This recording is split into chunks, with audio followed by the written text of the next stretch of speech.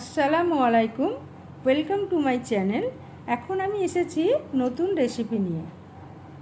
বিচে কলার ছেঁচকি আমি আপনাদের সঙ্গে শেয়ার করব। তা বিচে কলার ছেঁচকি করার জন্য আমি এখানে প্যানে পানি দিয়ে দিয়েছি 2 কাপ, দিয়ে গ্যাসটা অন করে গ্যাসের উপরে প্যানটা রেখে দিয়েছি এবং আমি চাপা দিয়ে দেবো। যতক্ষণ না পানিটা একটু গরম হচ্ছে ততক্ষণ আমি ওয়েট করব। পানিটা গরম হচ্ছে কি দেখে নেব একবার। পানিটা গরম হয়ে গেছে, ভাপ উঠে গেছে। এবারে আমি এর মধ্যে বিচা কলাগুলো দিয়ে দেবো। বিচা কলাগুলোকে আমি এইভাবে কেটে নিয়েছি এবং এর সেদ্ধ করে নেওয়ার পর এই দানাগুলোকে আমি ফেলে দেবো।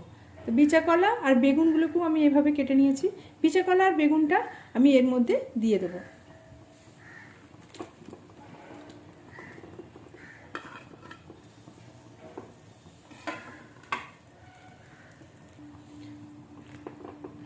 এবার এর মধ্যে আমি একটু নুন আর হলুদ দিয়ে দেবো। দিয়ে দিচ্ছি হাফ টিস্পুন হলুদ আর দিয়ে দিচ্ছি হাফ টিস্পুন ওভার করে নুন। এটা আপনাদের স্বাদ মতো দিয়ে দেবেন। এগুলো পানির সঙ্গে মিশিয়ে দেবো।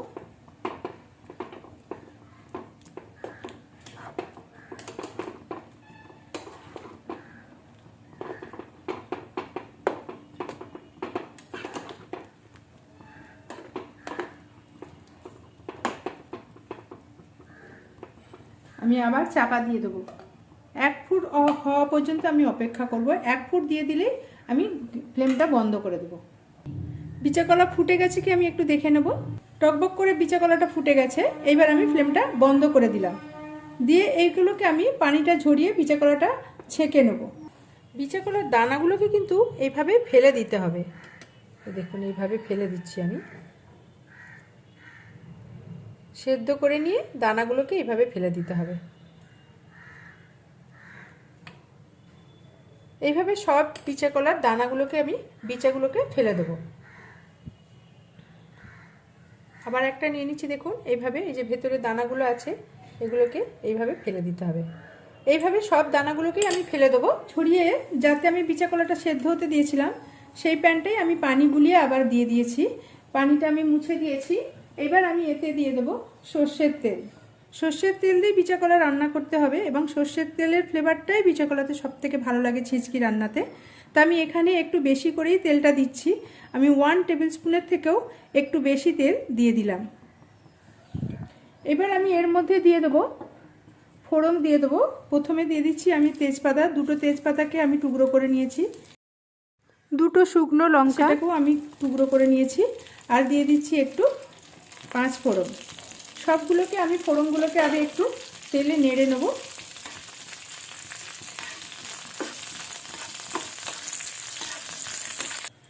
তেলে আমি ফোড়নগুলো নেড়ে নিয়েছি। এবার এর মধ্যে আমি দিয়ে দিচ্ছি গোটা জিরে। গোটা জিরে একদম অল্প করে 1/4 টিস্পুনের থেকেও কম গোটা জিরে দিয়ে আমি আবার এটাকে একটু নেড়ে নেব তেলের মধ্যে। ছেঁচকি রান্নাতে বিচা কলার ছেঁচকি রান্নাতে কিন্তু এই ফোড়নটাই হচ্ছে সবথেকে ইম্পর্টেন্স। ফোড়নটা যদি ঠিক করে দেওয়া হয় বা ফোড়নের ফ্লেভারটাই ছেঁচকি রান্নাতে বেশি ভালো লাগে খেতে।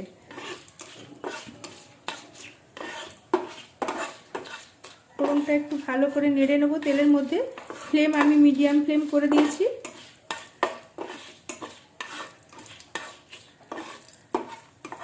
আমার চ্যানেলে যদি এখনো পর্যন্ত সাবস্ক্রাইব না করে থাকেন প্লিজ কাইন্ডলি সাবস্ক্রাইব করে দিন।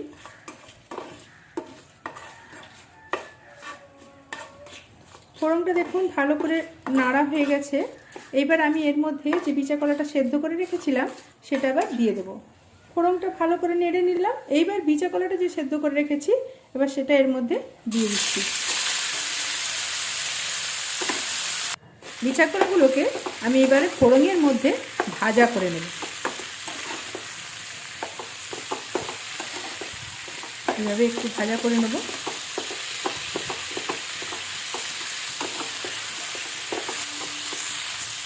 এইবারে এর মধ্যে আমি ফ্লেম আমি এই মুহূর্তে একদম লো করে দিচ্ছি।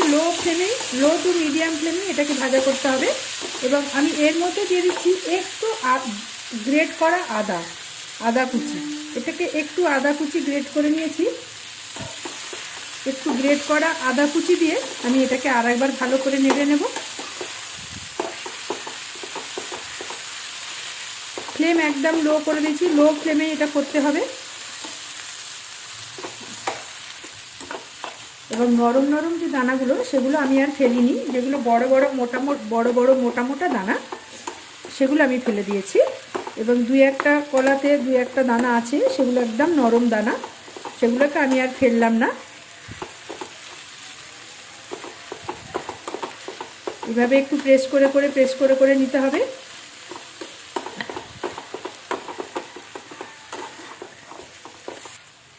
এইবার আমি এর মধ্যে ওপর থেকে একটু দিয়ে দেবো জিরেকে আমি ড্রাই রোস্ট করে আমি পাউডার বানিয়ে রেখেছি, সেটাই আমি একটু দিয়ে দিচ্ছি, একদম 1/4 টিস্পুনের থেকেও কম।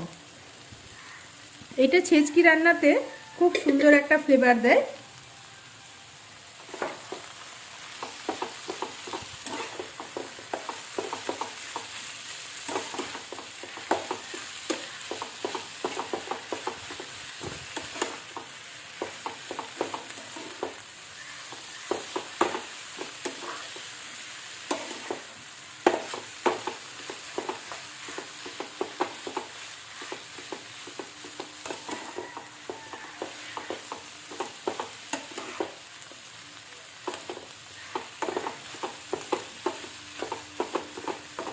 একদম ফ্লেম লো রেখে এইভাবেই ছেচকিটাকে রান্না করে নিতে হবে।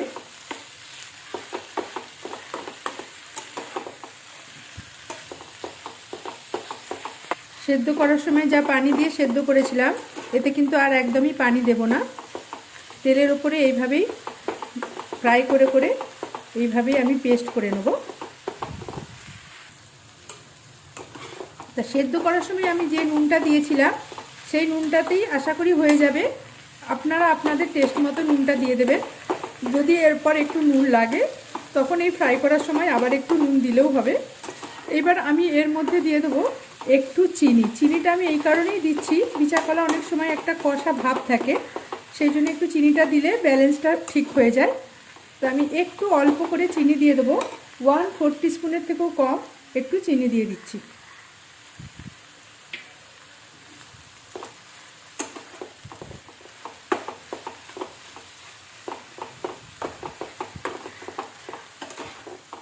এইভাবে কিন্তু খুন্তি দিয়ে চেপে কলাটাকে ম্যাশ করে নিতে হবে। আমি আবার বলে দিচ্ছি, বিচা কলার যে নরম দানাগুলো সেগুলো কিন্তু আমি ফেললাম না, সেগুলো আমি রেখে দিয়েছি। আর যেগুলো শক্ত মোটা মোটা দানা সেগুলো আমি ফেলে দিয়েছি।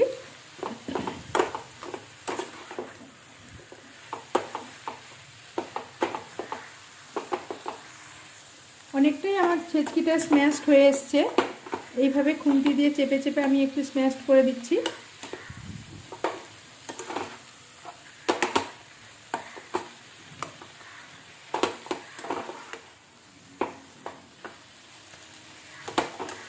দেখুন এইভাবে।